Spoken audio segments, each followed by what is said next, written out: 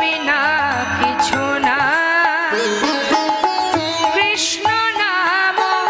মন ভাগ্য কয়জনার হতে পারে যার চরণ সেবা করছেন আমার গোবিন্দ অনন্ত কোটি বিশ্ব ব্রহ্মাণ্ডের মালিক? এমন ভাগ্য কয়জনার হতে পারে যার রথের সারথি আমার অনন্ত কোটি বিশ্ব ব্রহ্মাণ্ডের মালিক? কিন্তু দেখো মা, ভগবানকে সবাই আমরা ভালোবাসি, ভগবানকে চিনতে পারা ভালোবাসা একরকম, আর তাকে জানা বা চেনা এটা কিন্তু অনেক আলাদা। চিনতে পারে কয়জন? অর্জুন এত বড় ভক্ত হয়ে সে ভগবানকে চিনতে পারেনি। তাই কুরুক্ষেত্রে যুদ্ধের পর কৃষ্ণের রথে যখন যাচ্ছে অর্জুন বলছে, তুমি একটু দাঁড়াও মাধব, নিজে হাতে কত প্রাণী হত্যা করেছি, একবার গঙ্গা থেকে ডুব দিয়ে আসি। কেন? গঙ্গায় ডুব দিলে পাপ দূর হয়ে যায়, তাই তো? যার চরণ তলে গঙ্গা যমুনা সরস্বতী ত্রিবেণী বিরাজমান, যার চরণ ধরলে গঙ্গা যমুনা সরস্বতীর পরশ হয়ে যায়, তার চরণ না ধরে গেল গঙ্গা স্নান করতে। তাহলে বাবা, ভালো তো সবাই বাসি, আপনারাও ভালোবাসেন, ভালোবাসেন তো? তা কি সেবা দেন ভগবানকে? ভালোবেসে কি খাওয়ান?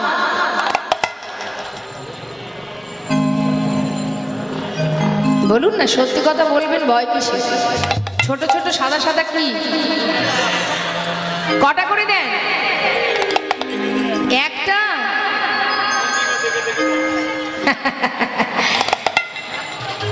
তাহলে হ্যাঁ, বেশি পড়লে তুলে রেখে দেন।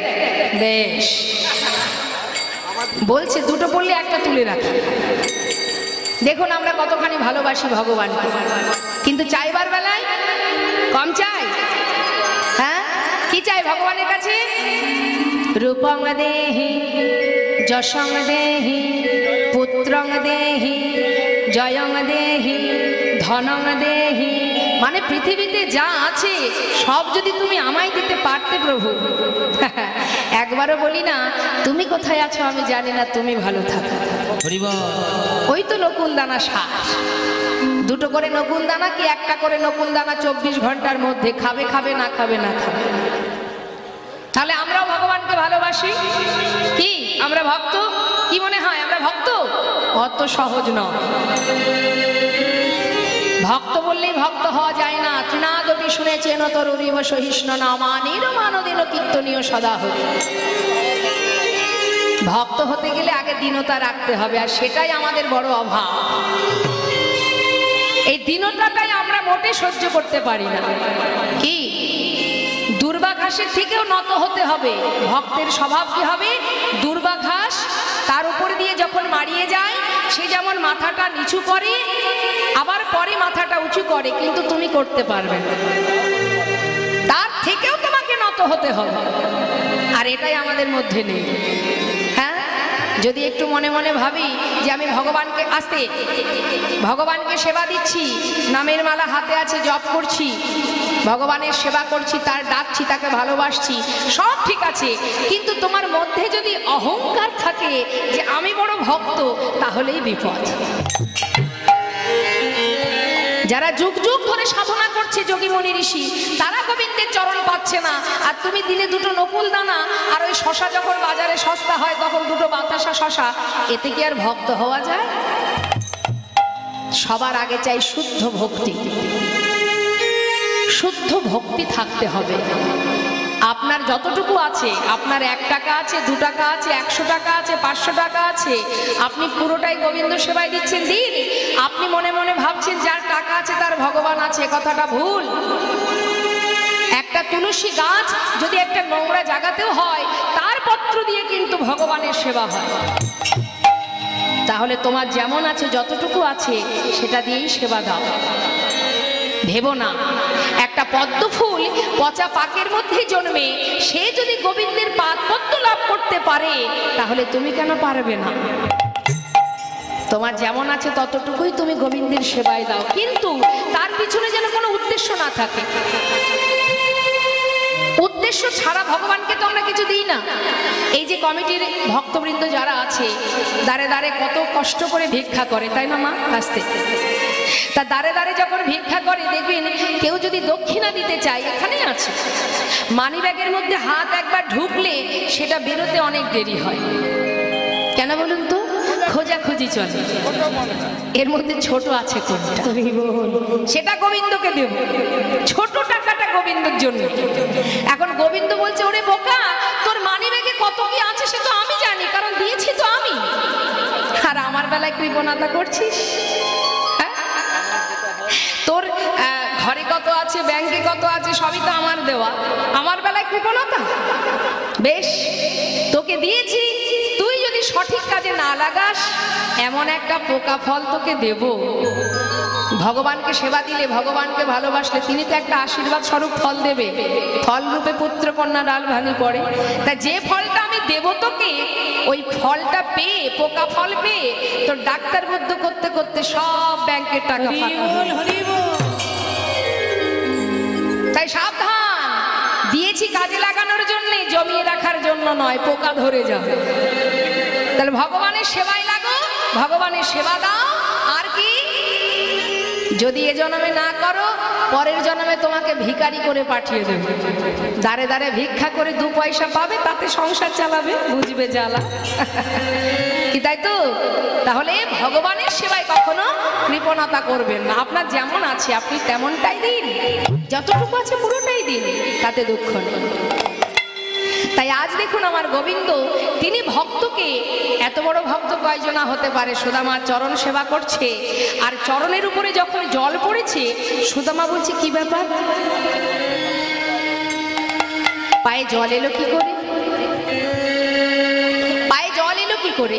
নিশ্চয়ই কানাইয়ের কষ্ট হচ্ছে। কানাই, একটু নামিয়ে দে তো ভাই। কেন? একটু নামিয়ে দে।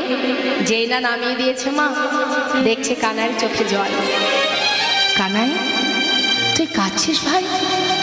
বুঝেছি, তুই তো রাজার ছেলে, আমাকে কাঁধে নিয়ে তোর খুব কষ্ট হচ্ছে, তাই না? কানাই, যে খেলা খেললে তোকে কষ্ট পেতে হয় সে খেলা আমরা আর খেলবো না। কানাইকে সঙ্গে করে নিয়ে সুদামা সখাগণের কাছে এলেন। কিন্তু এলে কি হবে মা, একটু একটু করে বৃন্দাবনে দুঃখ ঘনিয়ে এলো। ওই যে কংস মহারাজ, তিনি অক্রুরকে পাঠিয়ে দিলেন কানাইকে আর বলাইকে মথুরায় নিয়ে যাবার জন্য। দুইজনকে নিয়ে চলে গেল, আর গোটা বৃন্দাবন হাহাকার পড়ে গেল। যে যেমন করে ভালোবাসে তেমন করে কানাই কানাই বলে পাগল হয়ে যায়, সবাই কাঁদে। আর এদিকে কানাই মথুরায় গিয়ে কংসকে বধ করে সবাইকে উদ্ধার করে সে কিন্তু আর বৃন্দাবনে ফিরে যায়নি। সে গেল কোথায়? সেখান থেকে চলে গেল গুরু আশ্রমে, সন্দীপ মুনির আশ্রমে। আর যেই না সন্দীপ মুনির আশ্রমে গেল, এদিকে কৃষ্ণের প্রিয় সখা সুদামা, তার পিতা খবর পেল যে কৃষ্ণ নাকি গুরু গৃহে গেছে। এই খবর পেয়ে তার ছেলেকে সেখানে নিয়ে যাচ্ছে। শিক্ষার উদ্দেশ্যে আজ কাহায় চলিল,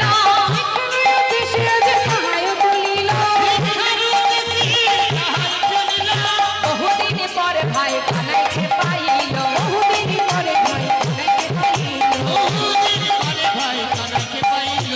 আনন্দ ধরে না, আনন্দ ধরে না, আনন্দ ধরে না, কানাইকে কাছে পেয়ে আনন্দ ধরে না, কানাইকে কাছে পেয়ে আনন্দ ধরে না। বহুদিন পরে ভাই কানাইকে পাইল, বহুদিন পরে ভাই কানাইকে পাইল।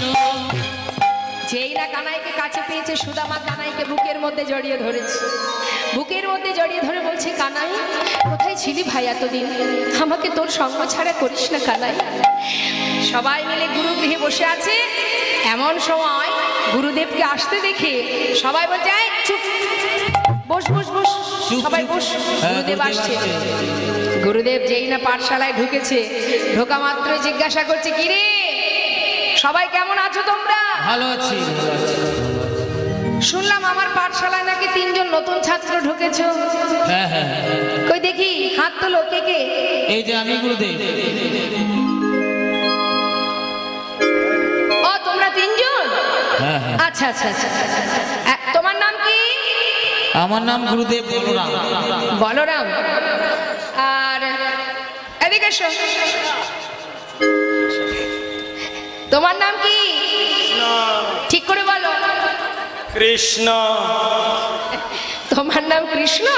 বেশ, মনে হচ্ছে কৃষ্ণ। আর তোমার নাম? সুদামা। আচ্ছা, তোমরা তিনজন আমার পাঠশালায় নতুন, তাই তো? বেশ। তোমার নাম কি বললে? বলরাম, তাই তো? আর তুমি কি শিক্ষা নেবে আমার পাঠশালায়? আমি শিক্ষা নেব গুরুদেব ওই ধনুর্বিদ্যা। ধনুর্বিদ্যা মানে হাতে চালাতে চাই। আচ্ছা আচ্ছা আচ্ছা, তাহলে তুমি ধনুর্বিদ্যা শিখবে। এই যে কৃষ্ণ, এদিকে এসো। তুমি কি শিক্ষা নেবে বলো? রাজনীতি। ভালো চলছে। বললেন গুরুদেব আমি ওই ধনুর্বিদ্যাও শিখবো না, গদাবিদ্যাও শিখবো না, আমি রাজনীতিবিদ্যা শিখবো। বেশ, আর তুমি কি শিখবে? তুমি বেদ শিক্ষা পাবে। নিতাই গৌর হরি বল। যারা বেদ পাঠ করে, বেদ অধ্যয়ন করেন, তাদেরকে বলা হয় বিপ্র। আর ব্রহ্ম জানন্তি ব্রাহ্মণ। শাস্ত্রে বললেন জন্ম জায়তে শূদ্র, অর্থাৎ যে কুলেই জন্ম হোক না কেন প্রথম তার পরিচয় সে শূদ্র। তারপর সংস্কারে না দ্বিজ, যখন উপনয়ন হয় তখন তাকে বলা হয় দ্বিজ। দ্বিজ আরো একজনকে বলা হয়, সে হলো তাকে পাখিকে, দুবার জন্ম হয়। আচ্ছা, আর বেদ পাঠের ভবেদ বিপ্র, ব্রহ্ম জানন্তি ব্রাহ্মণ। তাহলে শিক্ষা গ্রহণ করবে। গুরুদেব পাঠশালায় শিক্ষা দিতে শুরু করলেন। মা শিক্ষা দিতে দিতে হঠাৎ গুরুমা ডাকছে, সুদামা। দেখুন, সুদামা যেহেতু বেদ পাঠ করে, বেদ শিক্ষা নেয়, সুদামাকে গুরুদেব বলেছেন তুমি কখনো মিথ্যা কথা বলবে না। তাই গুরুমাও কিন্তু সুদামাকে বেশি ভালোবাসে, যেহেতু সে কখনো মিথ্যা কথা বলে না। আর কানাই একটু দুষ্টুমি করে, মাঝে মধ্যে চুরি চুরি করে খাই বলে কখনো কখনো গুরুমা একটু তাকে বকতে। কানাই মনে মনে ভাবে, মনে হয় গুরুমা আমার থেকে সুদামাকে বেশি ভালোবাসে। এদিকে কি হয়েছে, একদিন গুরুমা বলছে, শোনো সুদামা, ঘরে তো কাঠ ফুরিয়ে গেছে, যাও বন থেকে কিছু কাঠ কুড়িয়ে নিয়ে এসো। তবে একা যাবে না, সঙ্গে করে কানাইকে নিয়ে যাবে। দুই ভাইকে পাঠিয়েছে, সঙ্গে করে কিছু ভিজে ছোলা সুদামার আঁচলে বেঁধে দিয়েছে। বলেছে যখন খিদে পাবে তোমরা দুইজনে সমান ভাগে ভাগ করে খাবে। এবার দুইজনে যাচ্ছে মা বনমাঝে কাঠ কুড়াতে। দুইজন যাচ্ছে কে কে? কৃষ্ণ আর সুদামারে পাঠাইল বনে।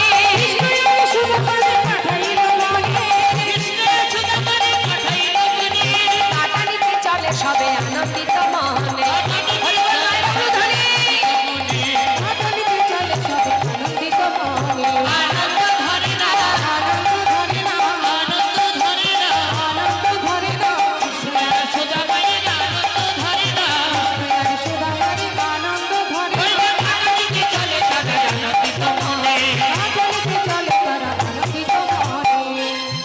বনে গেছে কাঠ কুড়াতে, হঠাৎ প্রচন্ড ঝড় বৃষ্টি।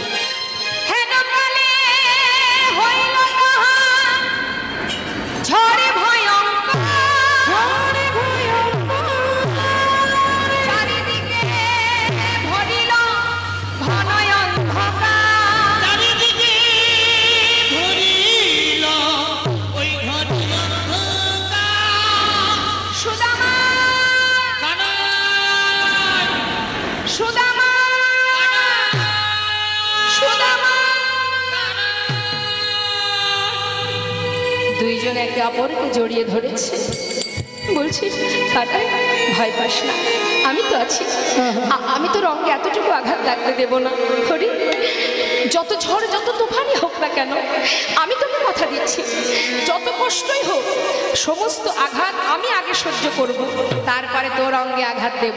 তুই ভাবিস না একটা গাছের ডাল ভেঙে পড়লে আগে আমার গায়ে পড়বে, মানে এমন করে জড়িয়ে ধরেছে, একটা ডাল পড়লে আগে তার গায়ে পড়বে, তারপরে কানার অঙ্গে লাগবে, এমন ভাবে জড়িয়ে ধরেছে। আহা, কিছু সময় পর দুই ভাই উঠে বসেছে এক গাছের ডালে।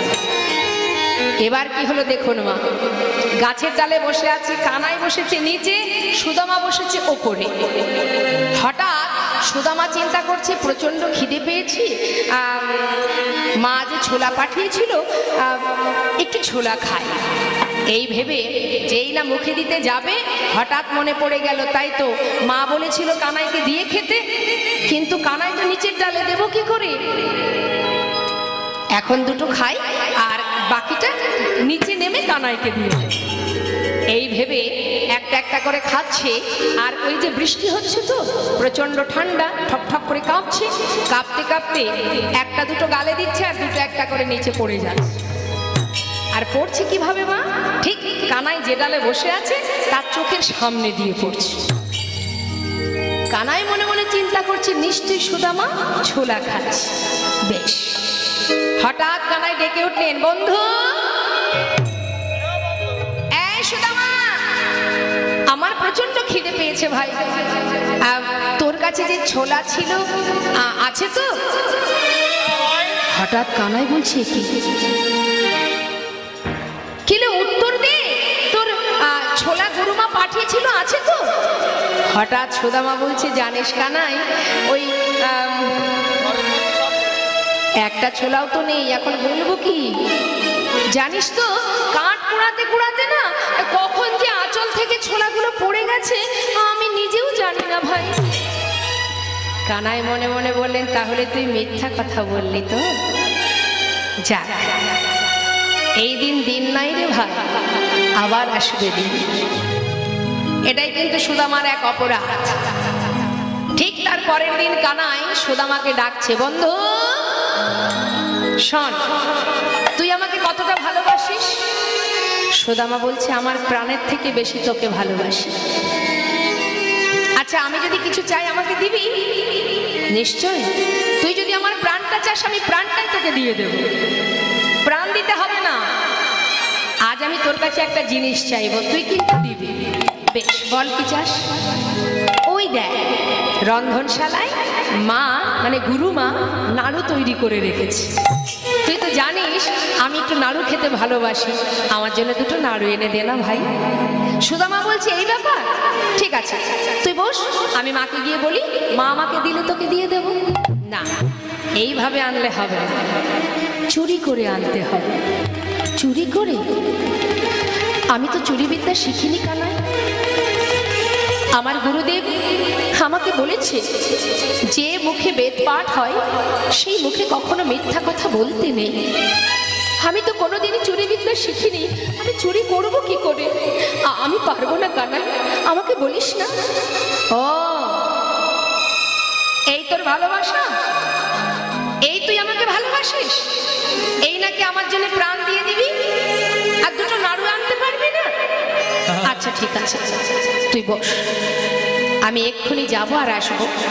তবে একটা কথা, ও কানাই তুই কিন্তু এইখানে বসে থাকবি, যদি দেখিস গুরুমা আসছে আমাকে একটু জানাস, আমি তাড়াতাড়ি করে সাবধান হয়ে যাব। ঠিক আছে ঠিক আছে, কোনো চিন্তা নেই, তুই বস, আমি চললাম।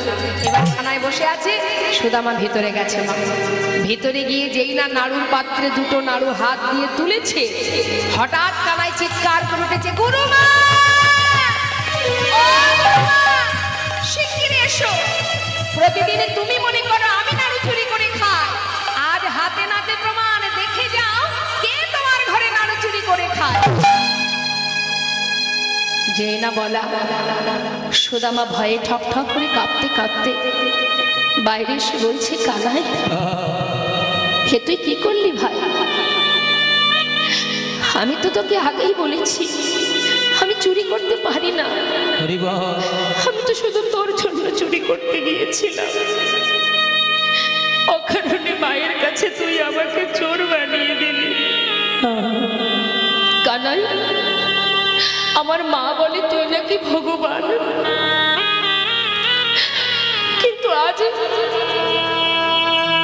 আমার মায়ের কথা যদি সত্যি হয়ে থাকে, এই গুরু আশ্রমে দাঁড়িয়ে আমি তোর সামনে প্রতিজ্ঞা করলাম, অকারণে মায়ের কাছে তুই আমাকে চোর বানিয়ে দিলি, আমি তোর জন্য চুরি করেছিলাম। কানাই তোর কাছে যে যা চাই তুই নাকি তাকে তাই দিস, তুই নাকি কি ভগবান? আমি তো জানি না। যদি সত্যি তুই ভগবান হয়ে থাকিস, আজ এই গুরু আশ্রমে দাঁড়িয়ে আমি প্রতিজ্ঞা করলাম কানাই, জীবনে যদি দারিদ্রতার অন্ধকারে ডুবে মরেও যায়, কোনোদিন তোর কাছে দুহাত পেতে আমি কিচ্ছু চাই। এই প্রতিজ্ঞা রইল আমার, কিচ্ছু চাইব না আমি তোর কাছে। কানাই বলছে, সুদামা তাহলে আমিও প্রতিজ্ঞা করলাম, তুই যতদিন না চাইবি আমিও তোকে কিচ্ছু দেব না। এই হয়ে গেল প্রতিজ্ঞা।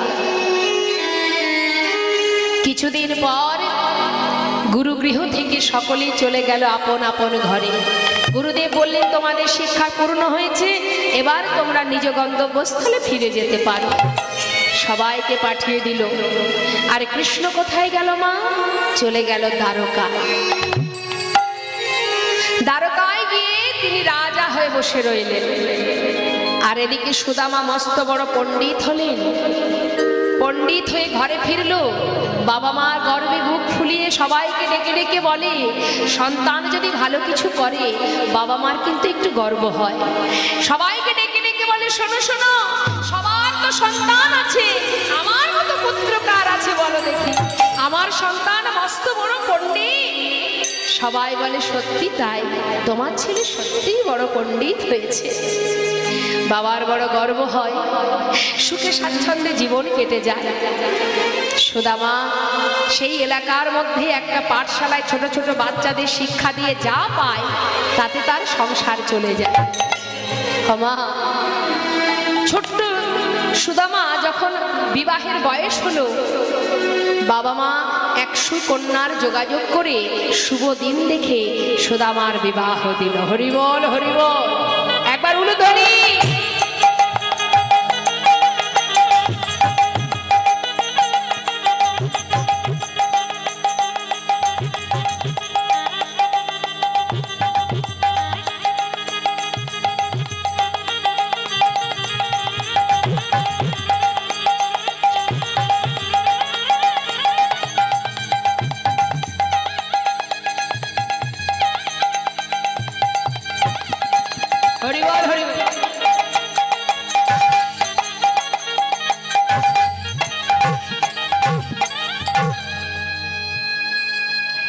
যার সঙ্গে বিবাহ হলো তিনি কিন্তু ধনী পরিবারের কন্যা।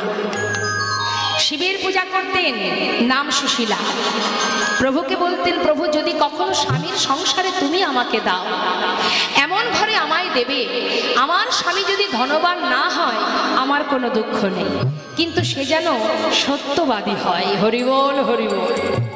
পেয়েছেও তাই। সুদামা কখনো মিথ্যা কথা বলে না, মিথ্যাকে আপোষ করে না।